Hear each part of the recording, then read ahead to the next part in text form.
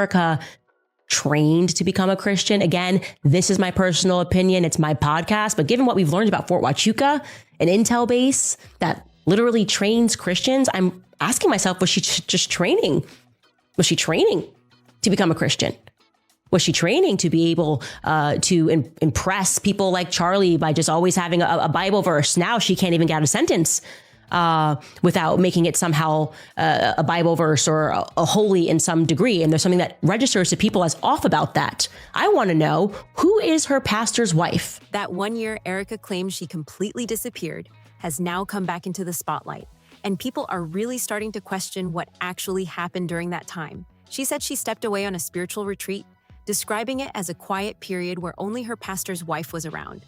Someone who she says poured into her and helped guide her through it. But now, new details are surfacing, and the story suddenly feels a lot more layered. Reports suggest that during that same period, Erika may have been going through a structured religious transition, with some sources claiming she was training to become a Christian in a more formal way. At the same time, there are growing conversations online about her background, with some people saying she may have originally followed Islam before possibly converting, though nothing has been officially confirmed. What really pushed this discussion forward was a specific moment caught on video, where Erika quietly said something under her breath. When people reviewed the transcript, they pointed out what they believed to be a subtle Arabic term, and that clip quickly started circulating everywhere. The timing also raised eyebrows. This moment reportedly happened on September 12th, 2025, just days after a major turning point in her life. Not long after that, Erika appeared in a televised interview where she spoke emotionally about her loss, describing her grief in powerful terms and presenting herself as someone navigating a deeply personal chapter. But even during that interview, did you catch this inaudible part of Erika's speech? Check it out.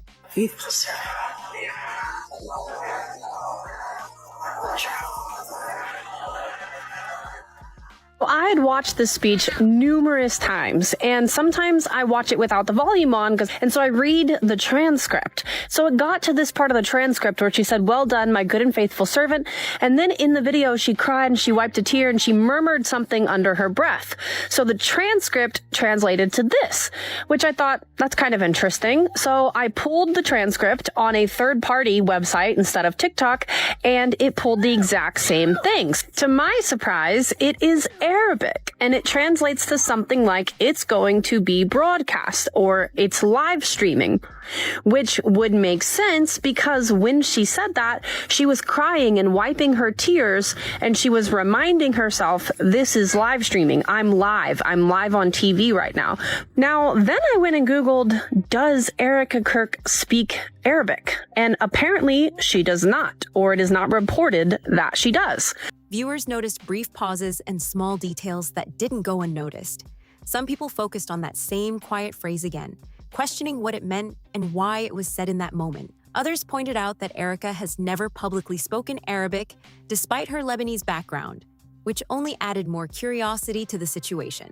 As more people started digging into this, discussions kept growing, especially around cultural identity, personal transformation, and how much of her story has been fully explained. Arabic is widely spoken as a primary language in Lebanon, so technically, it wouldn't be surprising if Erika had some level of familiarity with it. But that's exactly where the questions start piling up. Because if she does understand or speak it, why keep that so low-key?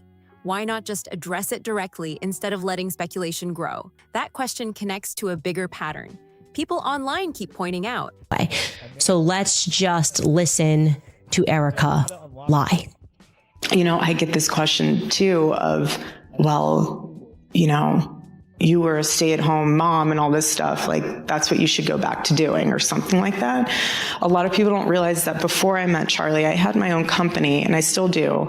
And it was one of those things where I built it in a way where that when I got married and had children, it could run on its own. I didn't have to do day-to-day. Critics say Erika has a history of keeping certain parts of her life out of view, especially when it comes to her past. Ever since Candace's breakdown of Erika's background started making rounds, more people began looking closer, and some details just don't seem to line up the way they were originally presented. Take her real estate career, for example. Records show she received her license in October 2018, but it expired in 2020.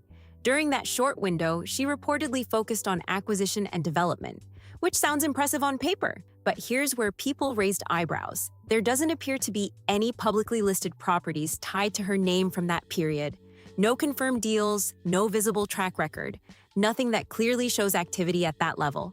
Then, there's talk about organizations she was allegedly connected to, with some online discussions bringing up links between certain groups and financial operations that people are still trying to fully understand. That part of the story remains unclear and continues to circulate without full confirmation, but it definitely added more curiosity around everything. Now, shifting to her leadership claims, Erika has stated that stepping into a CEO role wasn't new for her because she had already run her own company before. On the surface, that sounds like solid experience, but others quickly push back, saying the business in question was a small clothing brand that didn't gain much traction. And when you compare that to leading a major organization that generates serious funding daily, people started questioning whether those two things really match up. Even her educational background.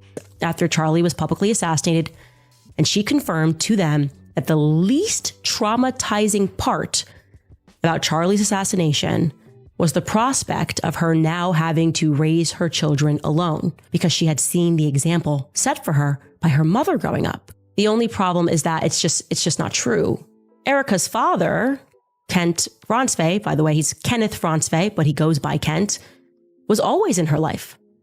So much so that for entire years of her childhood, Kent was actually a stay-at-home dad. My dad was a stay-at-home dad for a few years. And I got to say, it was really sweet and really special. I was 4, but... Now, to be clear, Erika was 10 years old when her... has been pulled into the conversation. Erika has mentioned attending a specific university, but some reports claim her name doesn't appear in publicly available alumni records. That alone sparked even more debate about what's accurate and what might be overstated. And then there's the personal side of her story. Erika once spoke about being a single parent and how she leaned on her mother's example growing up.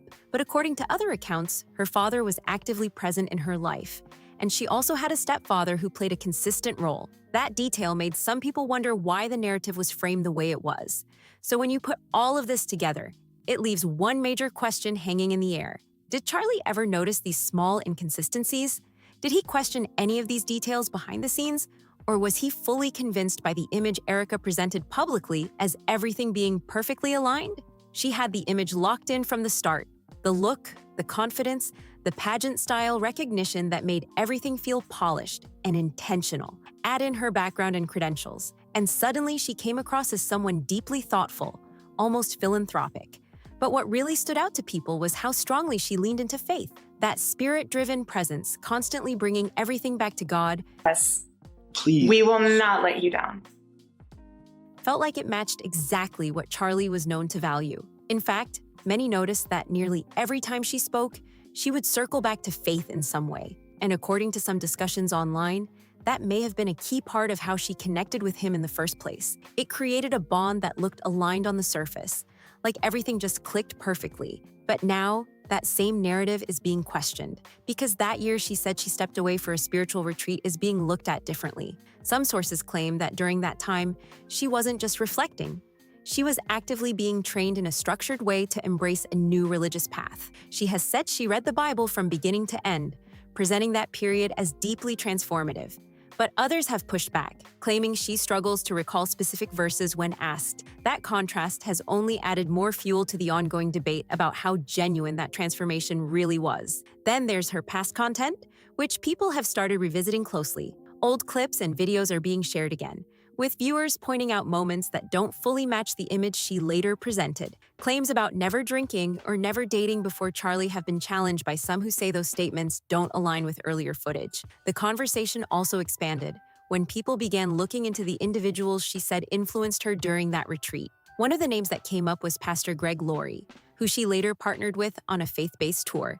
At the same time, there have been reports and legal discussions involving that pastor, which have circulated online, though details remain complex and heavily debated. Another religious figure connected to her journey has also been mentioned in similar conversations, adding even more layers to the situation. And because of that, people started questioning the environment she was surrounded by during that time, wondering how much of it shaped the version of herself she later presented publicly. It didn't stop there. Someone who claimed to have attended the same church shared their own perspective, saying Erika's presence during services felt very noticeable. We're talking about also that, like in your past, there was some allegation of like misconduct or something, and there's no truth to that either. Right. Any kind of improprieties. So otherwise, yeah, they would remove me. Yourself with Bible-believing Christians that will pour into you. Get to know the pastor. Get to know the men's. Almost like it drew attention rather than blending in quietly. According to that account, her arrival and behavior stood out in a way that some felt was more about visibility than privacy. If that perception is accurate, it raises even more questions about whether the image being shown was fully natural or carefully built over time. Because when you combine all these details, the timeline, the shifting narratives, the resurfaced clips, it creates a picture that people are still trying to fully understand. And now, another layer has entered the discussion. Some commenters have pointed out her family background, noting connections to Syrian and Lebanese heritage. They've also mentioned how language exposure in certain regions could explain familiarity with Arabic, adding yet another angle to everything that's being debated right now. As more information continues to surface, the story keeps evolving, and every new detail seems to push the conversation even further. And when you step back and really connect all of these details, the situation starts to feel way bigger than just a few random inconsistencies. It's not just one claim here or one moment there. It's a full pattern that people are trying to piece together in real time. Every new clip, every resurfaced statement, every timeline detail adds another layer. And suddenly, it's not so easy to ignore anymore.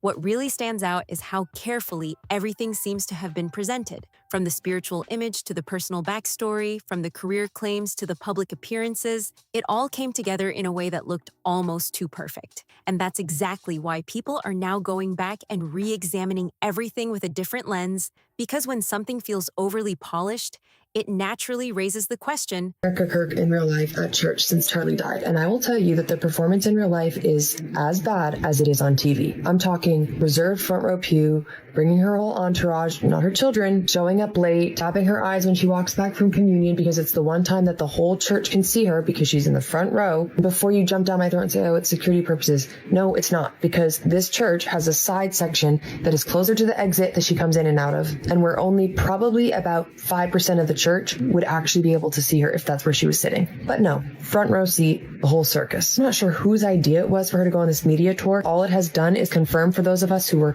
holding on with a smidgen bit of benefit of the doubt that this woman was genuine. Out the window. We cannot unsee what we. What's behind it? Even the timeline itself is being dissected heavily. That 1-year gap, the transition into a strong faith-based identity, the sudden rise into a major leadership role, all of it happened in a relatively short period of time. And people are asking how someone can go from being mostly out of the spotlight to stepping into such a powerful position so quickly.